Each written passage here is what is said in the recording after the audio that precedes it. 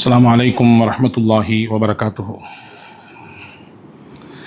الحمد لله رب العالمين والصلاة والسلام على سيد المرسلين وعلى آله وصحبه أجمعين. قال الله تعالى في القرآن الكريم والفرقان الحميد: أعوذ بالله من الشيطان الرجيم، بسم الله الرحمن الرحيم. يرفع الله الذين آمنوا منكم والذين أوتوا العلم درجات. وقال نبينا محمد رسول الله صلى الله عليه وسلم: قالت امرأة من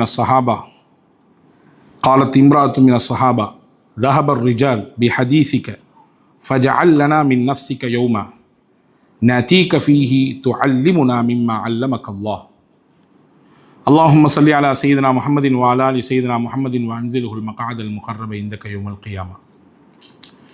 எல்லாம் வல்ல அல்லாஹுவின் திருப்பெயர் போற்றி புகழ்ந்து அண்ணல் பெருமானார் முஹம்மது ஸல்லல்லாஹு அலைஹி வஸல்லம் அவர்கள் மீது சலாத்தையும் சலாமையும் கூறி, அன்னாரை பின்பற்றிய சத்திய சஹாபாக்கள், நல்லோர்கள், சுஹதாக்கள், சாலிஹீன்கள், குறிப்பாக ஜும்மாவின் அவைக்கு வருகை தந்திருக்கிற வர இருக்கிற எல்லா மக்கள் மீதும் எல்லாம் வல்ல அல்லாஹுவின் அன்பும் அருளும் கருணையும் என்றும் நிறைவாக கிடைத்து கொண்டே இருக்கட்டுமாக.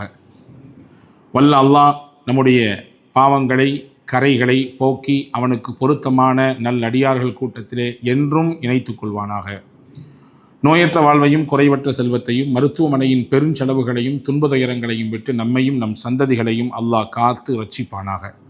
அல்லாஹுவின் ஆலயமாம் காபாவையும் அண்ணல் பெருமானார் ஸல்லல்லாஹு அலைஹி வஸல்லம் அன்னவர்களின் புனிதமான ரவுதாவையும் புனித பைத்துல் முகத்தஸையும் மீண்டும் மீண்டும் ஹஜ், உம்ரா, ஜியாரா செய்வதற்கு நம் எல்லோருக்கும் அல்லாஹ் நசீபை வழங்குவானாக.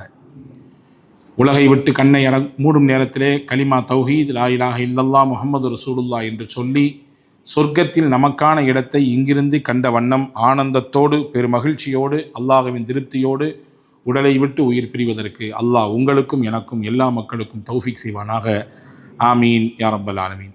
கண்ணியத்திற்கும் மரியாதைக்கும் உரிய பெரியோர்களே, பாசத்திற்குரிய சகோதரர்களே, அல்லாஹுவின் மகத்தான கருணையினாலே புனிதமானதொரு வெள்ளிக்கிழமை ஜும்மாவுடைய தினத்திலே இறை இல்லத்திலே நாம் ஒன்று கூடியிருக்கிறோம். கல்வி என்ற ஒற்றை வார்த்தை தான் உலகத்தில் எக்கச்சக்கமான புரட்சிகளை செய்திருக்கிறது. கல்வியாளர்களின் வழியாகத்தான் மாற்றங்கள் உலகத்திலே நிகழ்ந்திருக்கிறது. பெரும் பெரும் சமுதாய சீர்கேடுகளிலிருந்தெல்லாம் அந்த சமுதாயத்தை வெளியே கொண்டு வந்தது கல்வி என்கின்ற மகத்தான ஒரு அம்சம்தான். எனவேதான் இஸ்லாம் கல்வியை கடமை என்று சொல்கிறது.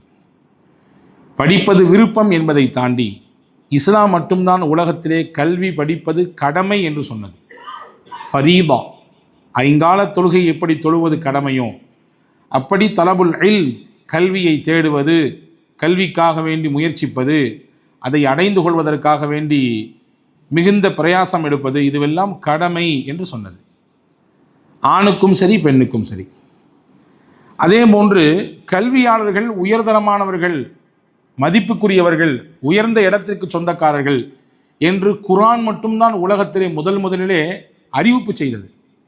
இர்ஃபஇல்லாஹு அல்லதீன ஆமனு மின்கும் வல்லதீன ஊத்துல் இல்ம தரஜா, உங்களிலே ஈமான் கொண்டவர்களும் மேலும் ஞானம் கொடுக்கப்பட்டவர்கள், கல்வி வழங்கப்பட்டவர்களும் அல்லாஹ்விடத்திலே அந்தஸ்தால் உயர்ந்தவர்கள், அந்தஸ்தால் மேன்மைக்குரியவர்கள். எனவே நீங்கள் கல்வியாளர்களை சாதாரண நபர்களாக கணக்கிட்டு கொள்ளாதீர்கள், 10ஓடு 11ஆக அவர்களை காணாதீர்கள், பார்க்காதீர்கள் என்று குர்ஆன் பறை அறிவிப்பு செய்கிறது. இன்னும் ஒருபடி மேலேறி சொன்னால், கல்வி படிப்பதை இபாதத் என்று மார்க்கம் வரையறுக்கிறது. அது ஒரு வணக்கம். கல்வியை தேடுவதற்கிறதே அது ஒரு வணக்கம். எனவேதான் எல்லாவற்றையும், தேவைகளை உங்களை படைத்தவனிடத்திலே கேட்டுக்கொள்ளுங்கள், அவன் நீங்கள் எப்பொழுது கேட்டாலும் உங்களுக்கு பதில் சொல்வான். உஜீபு தஅவத்தத் தாஇ இதா தஆன், என்னை அழைப்பவர்களுடைய அழைப்போசைக்கு நான் பதிலளிப்பேன் என்று குர்ஆன் சொல்கிறது. நான் சொல்லுவேன் பதில், அவர் என்னை கூப்பிட்டால் நான் பதில் கொடுப்பேன். என்ன கோரிக்கை வைத்தாலும் அதை பரிசீலனை செய்வேன் என்று அல்லாஹ் சொல்லுகிறான். ஆனால் கேளுங்கள், அழையுங்கள் என்று சொன்ன அல்லாஹ் ஒரு விஷயத்தை மட்டும் நிறைய கேளுங்கன்றான். நிறைய கேளுங்க, கம்மியெல்லாம் கேட்டுறாதீங்க. அந்த அதிகமாக கேளுங்கள் என்று சொன்னது அந்த அம்சம் கல்விதான். ஜிதினி இல்மா, ரப்பி ஜிதினி இல்மா, யா அல்லாஹ் கல்வி ஞானத்தை எனக்கு அதிகமாக கொடு, கல்வியினுடைய அறிவை, ஆற்றலை, அந்த விஷயங்களை உள்வாங்குவதை எனக்கு அதிகமாக கொடு. அது மட்டுமல்ல, கல்வி தேடி நாம் பயணிக்கும் பாதை, நாம் போகும் இடம், நாம் போகும் தூரம், அதற்காக வேண்டி நாம் எடுக்கக்கூடிய முயற்சி, இதையெல்லாம் பற்றி முகமது ரசூலுல்லாஹ் தான் உலகத்திற்கு அப்படி ஒரு அம்சத்தை சுட்டி காண்பித்தார்கள். அந்த முயற்சி, வழி, பாதை எல்லாம் சொர்க்கத்துக்கான பாதை என்றார்கள். அவர் சொர்க்கத்தை அடைவதற்கான பாதையாக கல்வி தேடும் நாட்கள், அதற்காக வேண்டிய முயற்சி, அதற்காக வேண்டிய உழைப்பு, அதற்காக வேண்டி உண்டான செலவினங்கள் எல்லாம் அவர் சொர்க்கத்துக்கு பயணிக்கிறதுக்காக வேண்டி, சொர்க்கத்தை அடைவதற்காக வேண்டி செல்லக்கூடிய வழி என்று பெருமானார் ஸல்லல்லாஹு அலைஹி வஸல்லம் சொன்னார்கள். மன் சலக தரீகன் யல்தமிசு ஃபீஹி இல்மன் ஸஹ்ஹலல்லாஹு லஹு தரீகன் ஃபில் ஜன்னா. யார் கல்வியை தேடி ஒரு பாதையில் பயணிக்கிறாரோ அல்லாஹ் அவருடைய சொர்க்கத் பாதையை லேசாக்கி விடுவான்.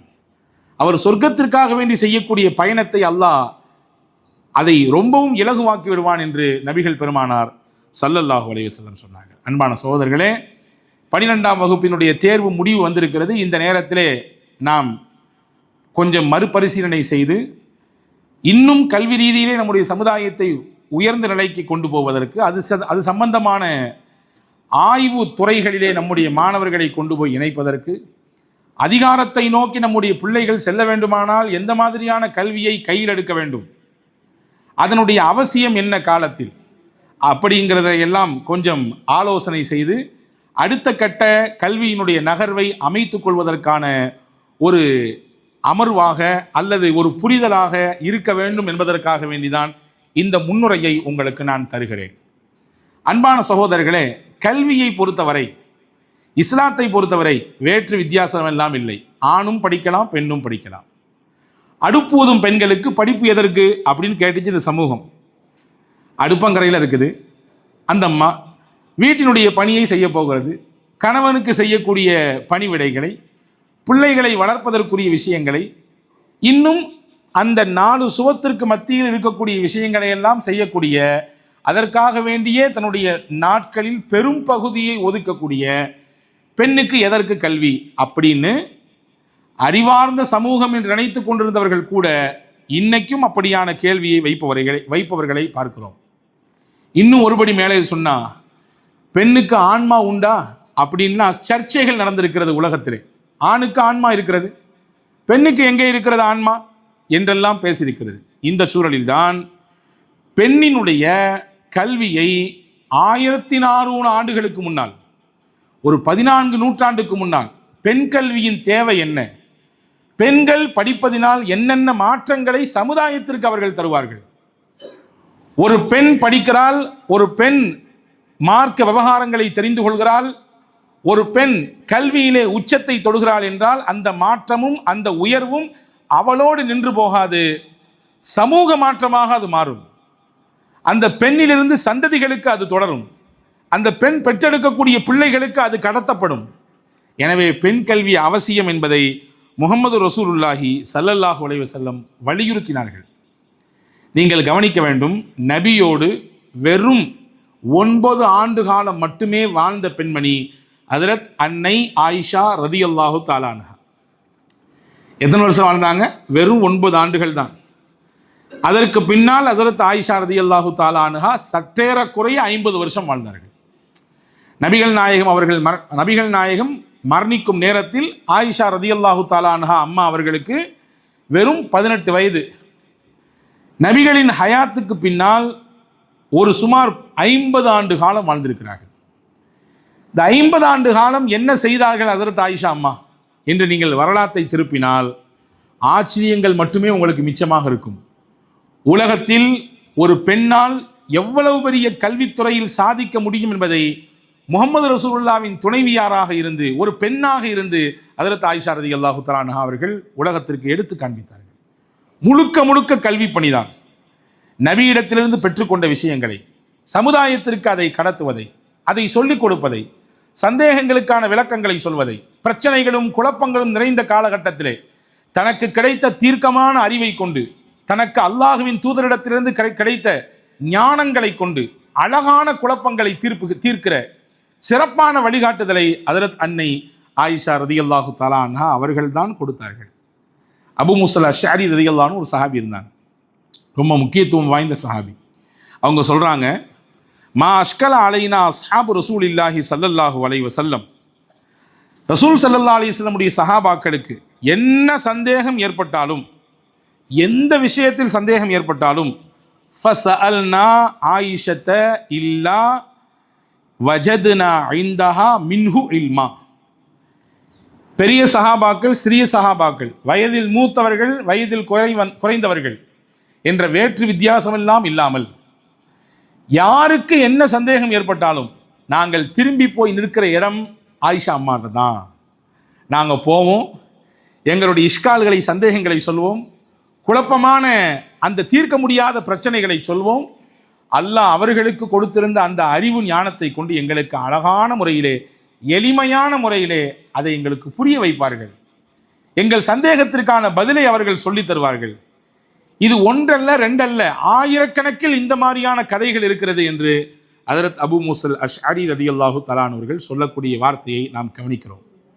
எனவே ஆயிஷா அம்மா அவர்கள் செய்தது கல்வி பணி. ரசூலுல்லாஹ் அதனால் தான் சொன்னார்கள், ஹுது நிஸ்வதீனிக்கும் மின் ஹாதிஹில் ஹுமைரா, இந்த அழகான பெண்ணிடத்திலிருந்து, இந்த செக்கச்சவந்த சின்ன பெண்ணிடத்திலிருந்து நீங்கள் உங்கள் மார்க்கத்தின் பகுதியை தேடிக்கொள்ளுங்கள், எடுத்துக்கொள்ளுங்கள். உங்கள் மார்க்கத்தின் பகுதி இந்த பெண்ணால் கிடைத்துவிடும். அவ்வளவு அறிவு சுரங்கமாக இந்த பெண்மணி இருக்கிறார்கள். எனவே நீங்கள் எடுத்துக்கொள்ளுங்கள் என்று அண்ணல் முஹம்மது ரசூலுல்லாஹி ஸல்லல்லாஹு அலைஹி வஸல்லம் சொன்னார்கள். எனவே அன்பானவர்களே, ஆண்கள் எப்படி கல்வி தேடி பயணிப்பதும், அதை அடைவதற்கு தீவிர முயற்சிகளை மேற்கொள்வதும், அதற்காக வேண்டி செலவினங்கள் செய்வதும், அதற்காக வேண்டி கண் விழிப்பதும் நம்மிலே பழக்கப்படுத்தப்பட்டதாக இருக்கிறதோ, அதேபோல் அதிலே கொஞ்சமும் குறைவில்லாமல் ஒரு பெண்ணும் கல்விக்காக வேண்டி அப்படி உழைக்க வேண்டும், அப்படி கல்வியை உருவாக்கிக் கொள்வதற்கு, தேடிக்கொள்வதற்கு முயற்சிக்க வேண்டும் என்கின்ற புரட்சியை உலகத்திலே செய்தவர்கள் முஹம்மது ரசூலுல்லாஹி ஸல்லல்லாஹு அலைஹி வஸல்லம். இன்னைக்கு ஆக்ஸ்போர்டு யூனிவர்சிட்டின்னு சொல்றாங்க, உலகத்திலேயே பழமையான பல்கலைக்கழகம் என்று. உலகத்திலேயே மிக பழமையான பல்கலைக்கழகம் எது தெரியுமா? மொரோக்கோ என்ற ஒரு நாடு இருக்கிறது. அந்த நாட்டிலே அல்ஃபாஸ் என்ற ஒரு நகரம். அந்த நகரத்தில் இருக்கக்கூடிய ஒரு பிரம்மாண்டமான பல்கலைக்கழகம். நீங்கள் கூகுள் செய்து பாருங்க, அல்லதுதான் நமக்கு இன்று சர்ச் இன்ஜின்கள் நிறைய இருக்கிறது, தேடி பாருங்கள். காரவான் யூனிவர்சிட்டி, அல் ஹராவியீன் என்று அரபிகள் சொல்கிறார்கள். அந்த பல்கலைக்கழகம் தான் உலகத்திலேயே பழமையான பல்கலைக்கழகம், தொன்மையான பல்கலைக்கழகம்.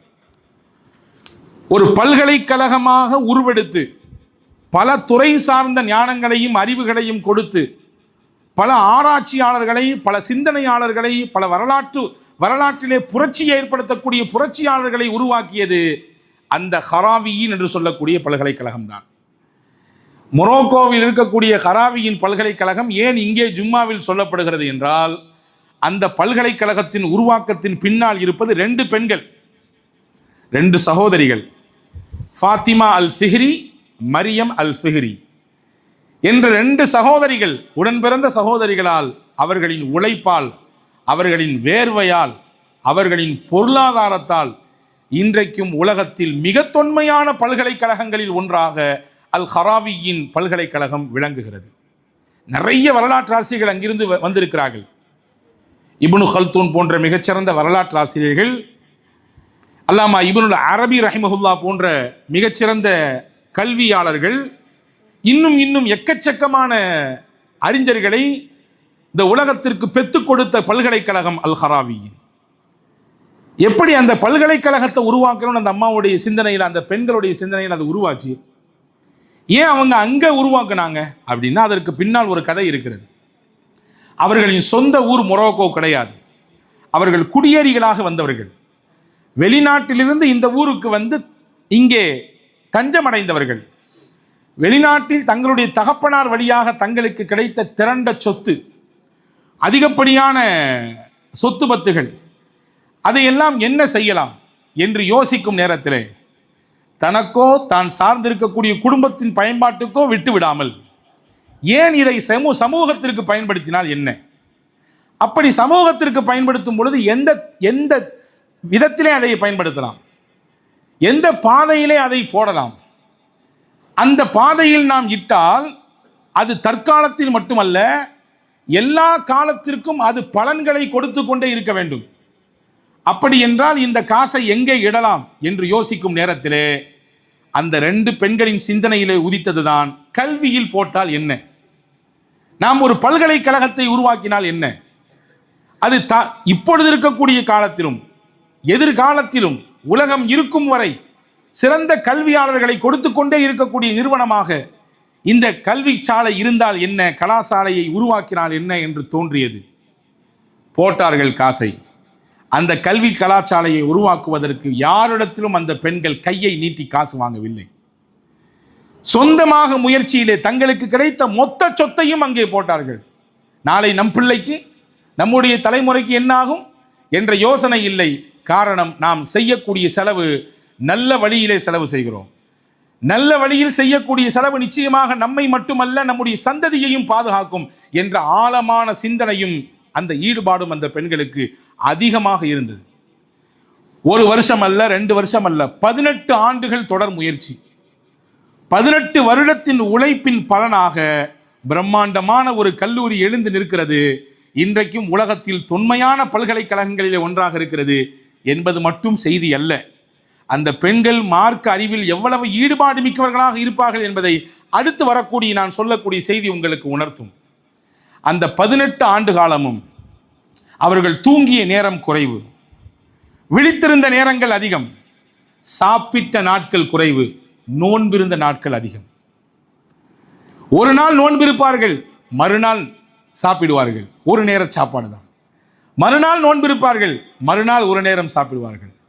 அந்த நோன்பிலும் தொழுகையிலும் அவர்களின் பிரதான கோரிக்கையாக, பிரதான துவாவாக இருந்தது, இறைவா, நாங்கள் இந்த கல்வி பணிக்காக வேண்டி எங்களுடைய காலை எடுத்து முன்னால் வைத்து விட்டோம், இதில் எந்த தொய்வையும் கொடுத்து விடாது.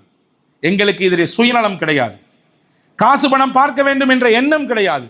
எங்கள் சிந்தனை எல்லாம் சமுதாயத்திற்கு கல்வி சேர வேண்டும், சமுதாயத்திலே மிகச்சிறந்த அறிஞர்களும் ஆய்வாளர்களும் உருவாக வேண்டும், வரலாற்றை புரட்டி போடக்கூடிய மிகப்பெரிய கல்வியாளர்கள் எங்கள் மடியிலிருந்து பிறந்து உலகத்தின் பல பாகங்களுக்கு போக வேண்டும். எனவே நீ உதவி செய் என்று ஒரு நாள் அல்ல, 18 வருடம் தொடர் முயற்சியிலே, அந்த முயற்சியில் கொஞ்சமும் பின்வாங்காமல், கொஞ்சமும் சுயநலத்தை கருதாமல், அவர்கள் முதல் நாள் எந்த சிந்தனையிலே வந்து இந்த பணியை துவங்கினார்களோ அதே சிந்தனையில் கடைசி வரை இருந்து அதை நிறைவாக்கி கொடுத்துவிட்டு அவர்கள் அதை கண் முழுக்க அதை பார்த்துவிட்டு தான் மரணத்தை தழுவினார்கள். இங்கே நான் சொல்ல வரக்கூடிய செய்தி என்னவென்றால், ஒரு பெண்ணால் எவ்வளவு பெரிய மாற்றத்தை கல்வியில் கொடுக்க முடியும் என்பதற்கு இன்றைக்கு நாம் பார்த்து கொண்டிருக்கக்கூடிய இந்த ஹராவியின் என்ற உலகத்தில் தொன்மையான பல்கலைக்கழகம் நமக்கு மிகப்பெரிய சான்றாக இருக்கிறது.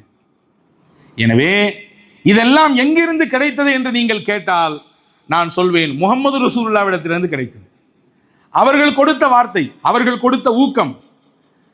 பெண் என்பவள் வீட்டில் முடங்கி போபவள் அல்ல, பெண் என்பவள் வெறும் அடுப்பங்கரையில் மட்டும் ஒதுங்கி போபவள் அல்ல, வெறும் குழந்தைகளையும் துணி துவைக்கக்கூடிய வேலையையும் சமைக்கக்கூடிய பணிகளையும் மட்டுமே செய்து அந்த வீட்டிலே 4 சுவத்திற்குள்ளே சுருங்கி போபவள் அல்ல பெண். பெண்ணின் கல்வி உலகத்திற்கு மிகப்பெரிய வெளிச்சத்தை தரும். ஒரு பெண் கல்வியின் வழியாக சமுதாயத்தில் மிகப்பெரிய மாற்றத்தை அது ஏற்படுத்தும் என்பதை அழுத்தமாக ரசூலுல்லாஹ் சொன்னார்கள். அப்படியான கல்வியாளர்களை ரசூலுல்லாஹ் ஊக்குவித்தார்கள். அந்த ஊக்குவித்ததின் வெளிப்பாடுதான் இன்றைக்கு ஹராவியின் பல்கலைக்கழகங்களை போன்ற பல பல்கலைக்கழகங்களை பெண்கள் இருந்து, இஸ்லாமிய பெண்கள் இருந்து இயக்கிக் கொண்டிருக்கிறார்கள். அன்பர்களே, பெண் கல்வி எவ்வளவு பெரிய அவசியம் என்று தெரிகிறதா? துருக்கி என்று ஒரு நாடு இருக்கிறது, உங்களுக்கு தெரியலாம். துருக்கியிலே இஸ்லாமிய ஆட்சி நடக்கிறது இப்பொழுதும். ஒரு காலத்தில் நான் சொல்லக்கூடியது ஒரு 1960-70களின் காலகட்டத்தில், 50லிருந்து அந்த 70களின் காலகட்டத்தில் இஸ்லாம் தான் அங்கே ஆட்சியில் இருந்தது. ஆனால் பெயர் தாங்கிகள் மட்டுமே ஆட்சி கட்டில் உட்கார்ந்திருந்தார்கள்.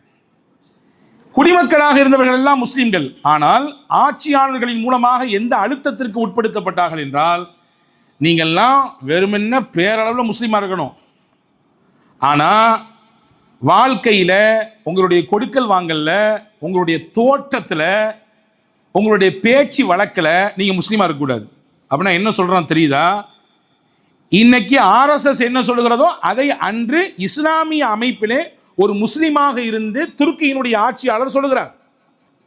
இருந்துக்கலாம், பேர் வச்சுக்கோங்க, அப்துல் காதர், அப்துல் சத்தாரு, முகம்மது, அகமது வச்சுக்கங்க, இப்ராஹிமு. ஆனால் நீங்கள் ஒரு இப்ராஹிமாக பெயரளவில் இருக்க வேண்டும், முகம்மதாக பெயரளவில் இருக்க வேண்டும். வாழ்க்கையிலே எல்லாரோடும் நீங்கள் இணைந்து போக வேண்டும். நான் ஹலாலானதை மட்டும் தான் சாப்பிடுவேன், ஹராம் சாப்பிட சொல்லக்கூடாது. வட்டி வாங்க மாட்டேன், இன்ட்ரெஸ்ட் எனக்கு ஹராமு, அது தடுக்கப்பட்டு சொல்லக்கூடாது, வாங்கிக்கணும்.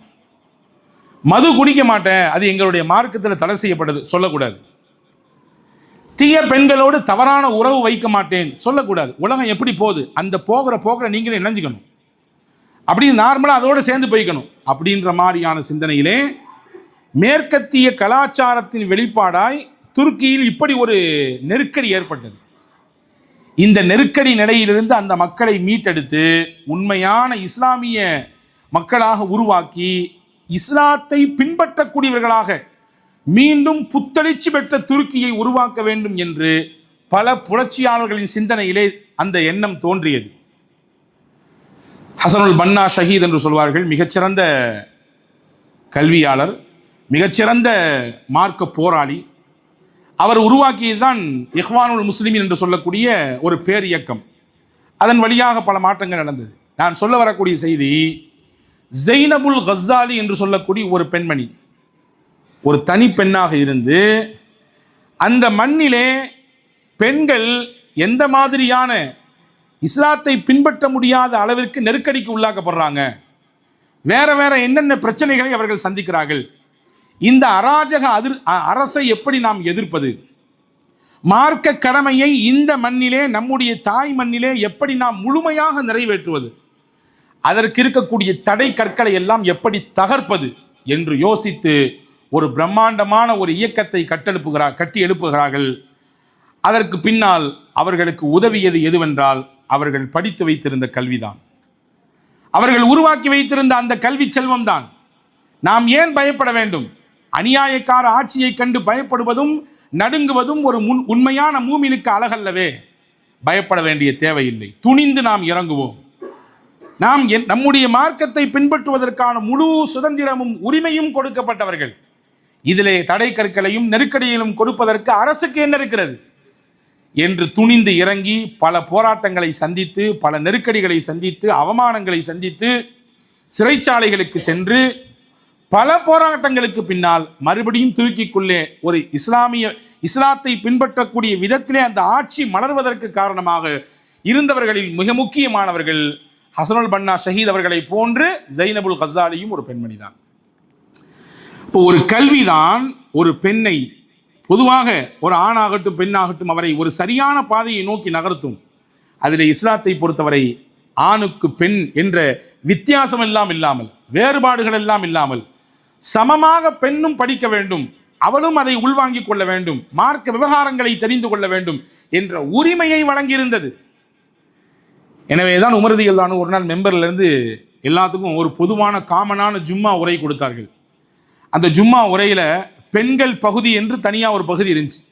அந்த பெண்களை எல்லாம் தனிப்பட்ட முறையில் சொன்னாங்களாமா, பெண்கள்லாம் கொஞ்சம் மகர் தொகையை கம்மி பண்ணி வாங்கிக்கோங்க, நீங்கள் பாட்டு நிறைய கேட்குறீங்க மகரை, அதனால் நிறைய ஆண் குமர்கள்லாம் தேங்கி போயிடுது, ஆண்களை கல்யாணம் முடிச்சு கொடுக்க முடியாத அளவுக்கு நெருக்கடி ஏற்படுது, கொஞ்சம் கம்மி பண்ணிங்க அப்படின்னு சொல்லி உமர் ரலியல்லாஹு சொல்ல, அங்கிருந்து ஒரு யாத்திரால் ஒரு கருத்து, கொஞ்சம் நிப்பாட்டுங்க கலீஃபா அவர்களே, ஒரே ஒரு சந்தேகம் எனக்கு, என்னங்கம்மான்னு கேட்டாங்க ஹஸரத் உமர். நீங்கள் சொல்கிறத கேட்கணுமா அல்லாஹ் சொல்கிறத கேட்கணுமா? ஒரே கேள்வி, நீங்கள் சொல்கிறத கேட்கணுமா அல்லாஹ் சொல்கிறத கேட்கணுமா? நான் சொல்கிறத கேட்கறதுக்கு என்ன இருக்குது?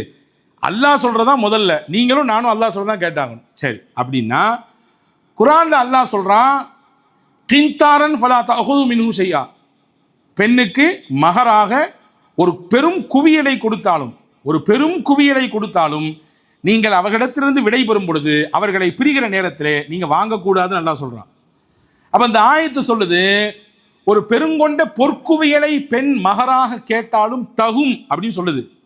நீங்கள் என்ன கம்மி பண்ணணும் நிர்ணயிச்சுக்குங்க, கொஞ்சம் கம்மியான அளவில் கேளுங்கன்னு சொல்கிறீங்களே, இது எந்த வகையில் நியாயம் அப்படின்னு கேட்டாங்க. உடனே ஹஸரத் உமர் ரலியல்லாஹு அன்ஹு ஆட்சியாளர், ஹலீஃபா, மக்களினுடைய பிரதிநிதி, எல்லாத்தையும் வச்சாலும் இந்த அம்மா குர்ஆனை கொண்டு வந்து வாதத்தை வச்ச ஒன்றை சொன்னாங்க, நான் என்னுடைய பேச்சிலிருந்து என்னுடைய வார்த்தைகளை வாபஸ் வாங்கிக்கிறேன். நான் அந்த அம்மா சொல்கிறது சரிதான், குர்ஆனிலே அல்லாஹ் சூரா நிசாவிலே இந்த வசனத்தை சொல்லுகிறான். ஒரு பெரும் பொற்குவியல் கொடுத்தாலும் பெண்ணுக்கு மகராக கொடுத்தாலும் தகும்தான்.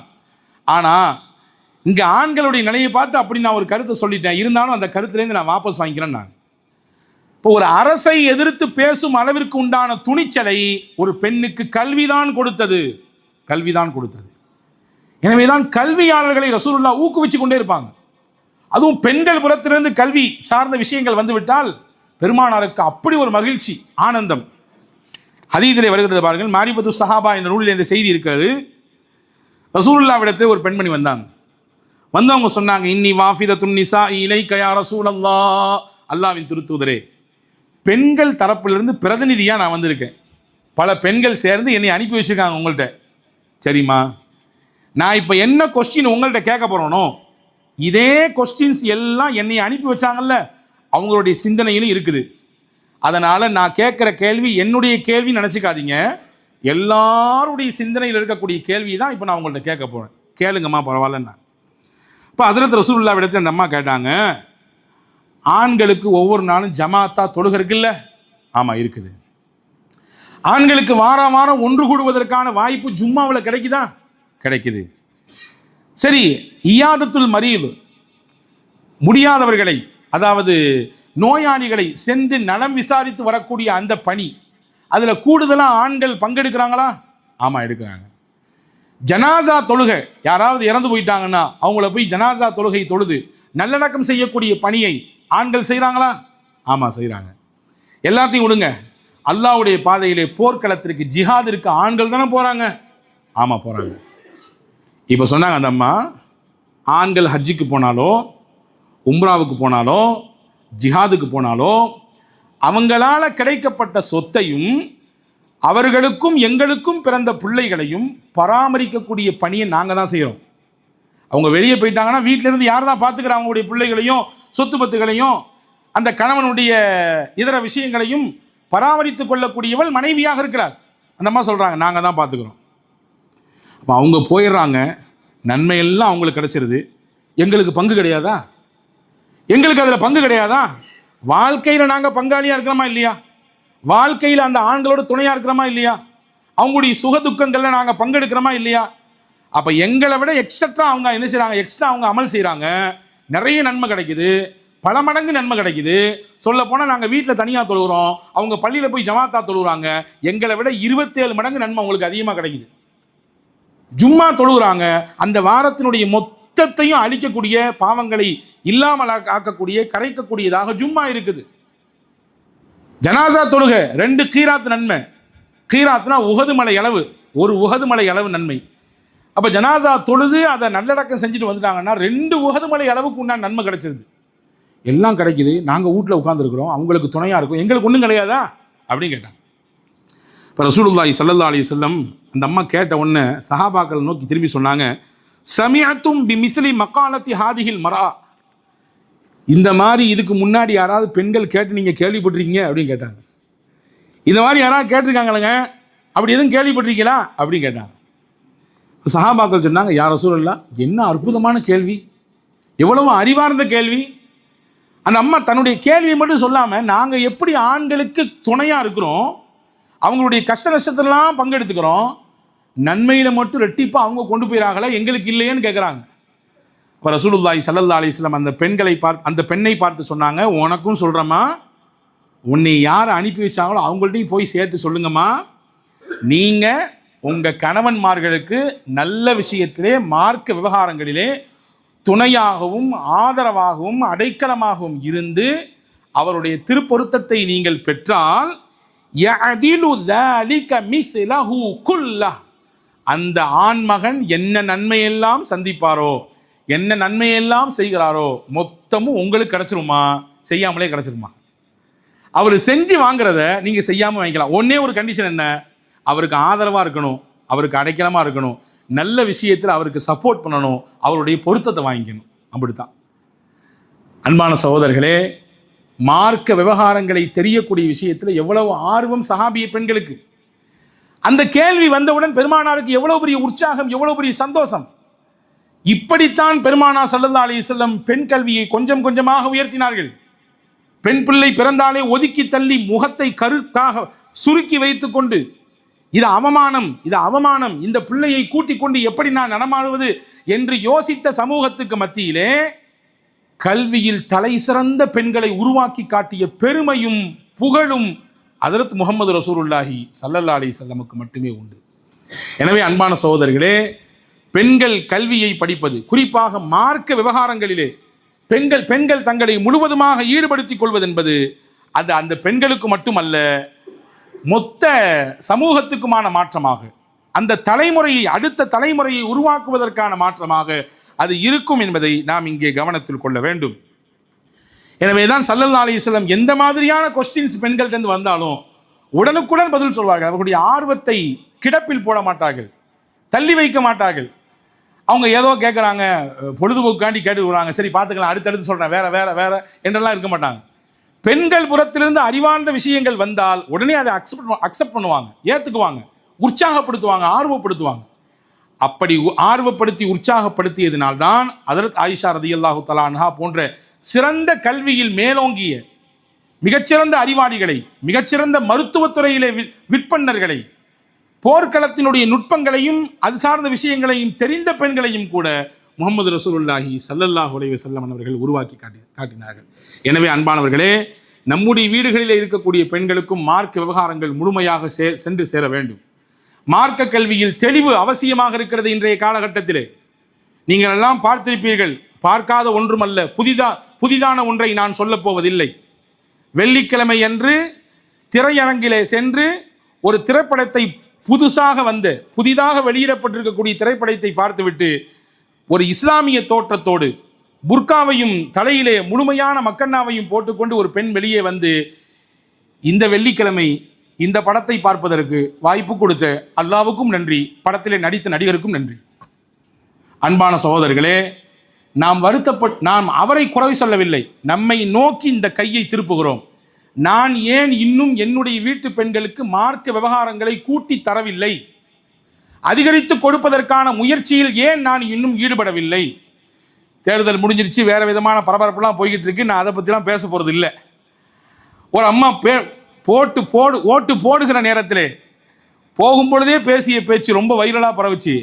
யாருக்கு போடுவ, ஒரு குறிப்பிட்ட ஆளை சொல்லி, வேற எங்கேயாவது போட்ட வீட்டில் இருக்க எல்லாத்துக்கும் சேர்த்து விஷம்தான்.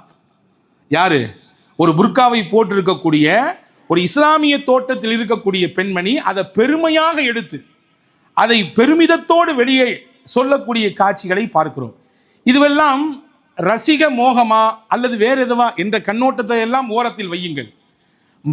ஒரு மார்க்கம் தெரிந்த, அல்லாஹ் ரசூலை அஞ்சக்கூடிய, அல்லாஹ் ரசூலை தாண்டிய தலைவர், ரசூலுல்லாவை மிஞ்சிய ஒரு லீடர் உலகத்தில் யாரும் இல்லை என்று புரிந்த ஒரு பெண் இப்படி பேச மாட்டார்.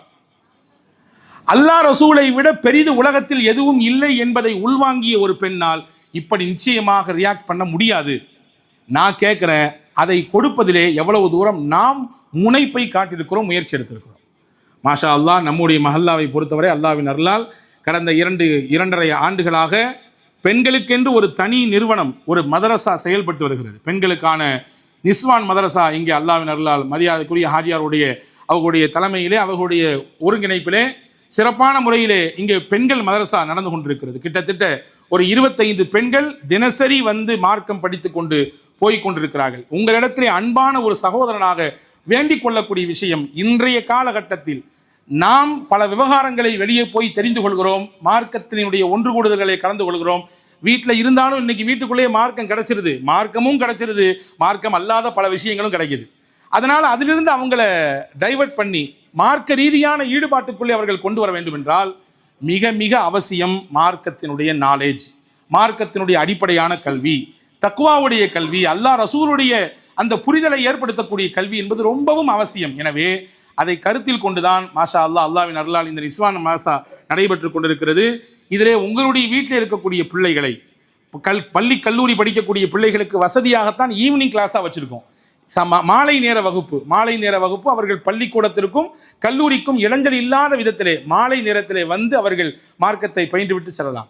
காலையிலே பகல் நேரத்திலே குடும்பத்தில் இருக்கக்கூடிய பெண்கள் மார்க்கத்தை தெரிந்து கொள்ள வேண்டும் என்ற அடிப்படையிலே அவர்களுக்கான வகுப்பு தனிப்பட்ட முறையிலே ஒரு பெண் உஸ்தாதை வைத்து இங்கே நடைபெற்று கொண்டிருக்கிறது. கூடுதலாக இவ்வாண்டு முதல் நம்முடைய வீட்டில் இருக்கக்கூடிய பெண்கள், நம்முடைய பிள்ளைகள் குரானை மனனம் செய்த ஹாஃபிதுகளாக வர வேண்டும். குரானை மனசுல தாங்கி வச்சிருக்கணும்.